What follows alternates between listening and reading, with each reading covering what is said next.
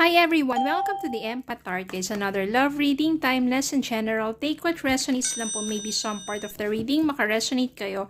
Some part of it hindi. Totally makaresonate na parang kwento ninyo ito.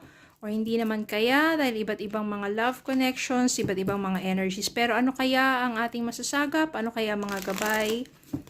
At aral sa buhay, pag-ibig and life in general. Tignan po natin ngayon. Yan. Spirit guys, send me messages. Anong love connections ito, lessons in life and guidance na nais mong ipabatid sa amin. Mga aral at gabay sa buhay pag-ibig.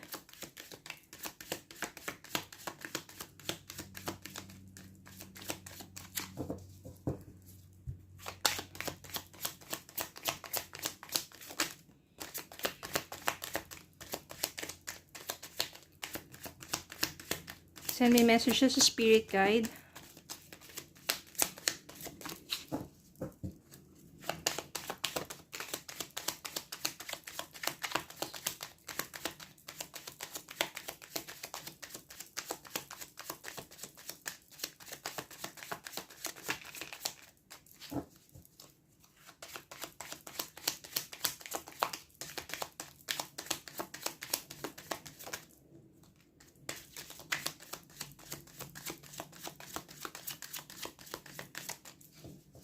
Ayan, tignan po muna natin itong mga to.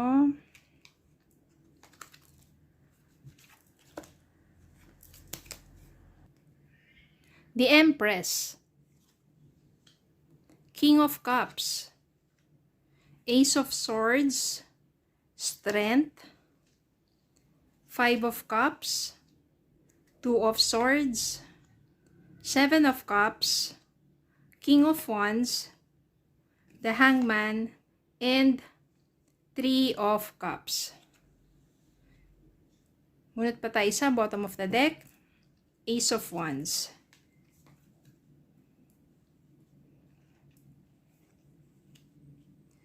Okay, meron ditong the Empress, which is most likely kayo po yan, energy ninyo. Kayo po yung someone is very nurturing, maalaga. Maalaga kayo sa taong mahal ninyo, maalaga kayo sa pamilya ninyo, sa mga kaibigan ninyo. Very thoughtful, very caring, very loving, very nurturing. No? So, the Empress. Maring kayo yan. King of Cups. No, King of Cups, maybe someone, may involve kayo, romantic connections to, I can sense here. King of Cups, maaring nandiyan na kayo ngayon, or makikilala mo pa lang to, someone na very loving, emotionally stable, sweet, yan, caring, parang pareho mo lang din ganun as an Empress. Pero, medyo mahihirapan ka dito mag-decide kung sino talaga yung parang pipiliin mo. Kasi maaring hindi pa kayo magkarelasyon nito, pero nandiyan siya sa paligid mo, or nandiyan siya, meron na kayong connection, pwedeng maniligaw pa lang siya sa'yo, or nanliligaw siya sa'yo, or being friends, ganyan, pero meron na siyang nararamdaman para sa'yo. At ikaw rin, medyo nadidevelop na rin yung feelings mo sa taong ito. Nahihirapan ka mag-decide kasi meron kang options dito pagdating sa love. Si King of Wands, I can sense here na siya maaari ang iyong ex or yung nakaraan mong person na kung saan si King of Wands, punong-puno na siya ng regrets o pagsisisi maaring sa mga pagkukulang niya o nagawa niya sa'yo. Kasi di ba very caring ka eh. Maaring malaki ang pagkukulang niya sa'yo, na taken for granted ka niya. Akala niya okay lang na parang ganun na lang. No, everyday na ganun, parang hindi ka na niya dinidate, hindi ka na niya binibigyan ng so much attention. Wala nang adventure, wala nang panahon sa isa't isa. Kasi kala niya, ganun na lang, parang naging kampante na lang siya sa'yo, naging parang komportable na lang siya sa'yo, kaya kala niya okay ka lang. Pero syempre, ikaw, longing ka rin for something na in between the two of you, something new, something romantic, diba? Wala na yung ganong klase. Kasi parang naging komportable na lang siya sa araw-araw ninyong maaring pagsasama, ganun. hanggang sa hindi mo nasasabi kung ano yung tunay mo nararamdaman sa kanya. Ganun din naman siya sa'yo hanggang nagkaroon na ng mga misunderstandings. Strength. Ito, nilalakasan mo yung kalooban mo kasi kaya ka nahihirapan mag-decide dito o mamili between the two of them. Yung isang person na sa present mo, na maaaring nagpapasaya sa'yo, nandiyan lang palagi sa'yo, nasa paligid mo, or someone na nanliligaw sa'yo, or very close friend mo na meron ding pagtingin sa'yo at nade-develop ka na dito, or yung person mo na maaring matagal kayong hindi na nakita, pero I can sense here na muli kayong magtatagpo. Maaring sa may aatinan ka sa isang celebration, event, or something na doon muli magtatagpo ang inyong landas ng person mo na to.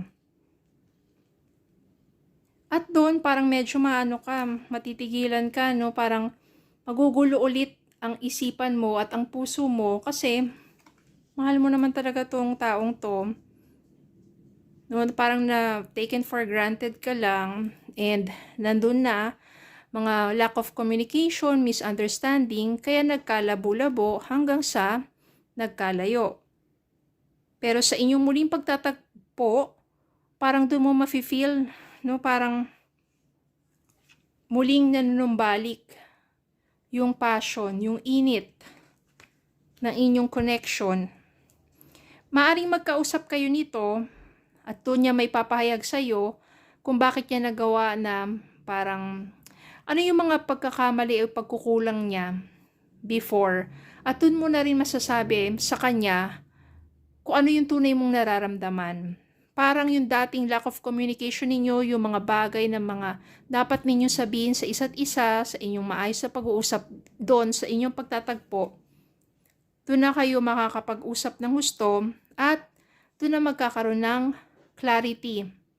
No, parang nandiyan na parang magiging klaro na ang lahat. Na nasabi mo na sa kanya yung feelings mo, yung thoughts mo, ganun din naman siya sa'yo. Andun na rin yung mga regrets niya, yung mga pagsisisi niya sa mga pagkukulang niya sa'yo.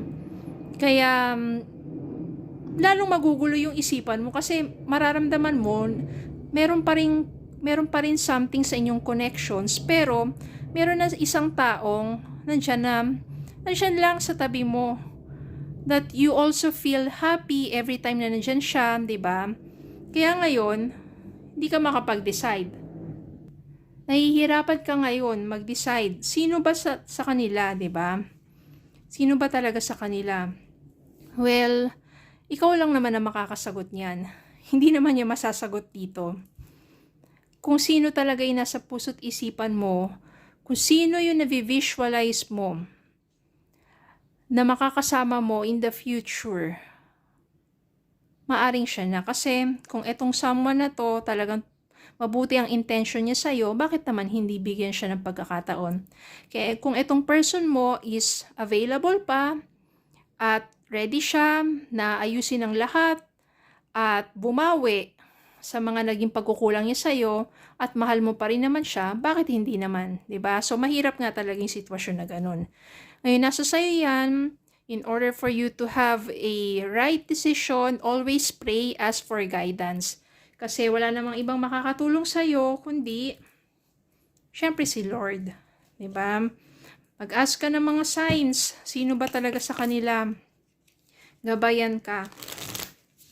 So, eto, patawarin mo na rin siya. Magkakaroon nga kasi kayo ng clarity. Magiging klaro na ang lahat at magkakaayos kayo. Pero, hindi naman ibig sabihin nyo na parang babalikan mo siya agad. Nandito nga yung Two of Swords. Nahihirapan ka nga mag-decide.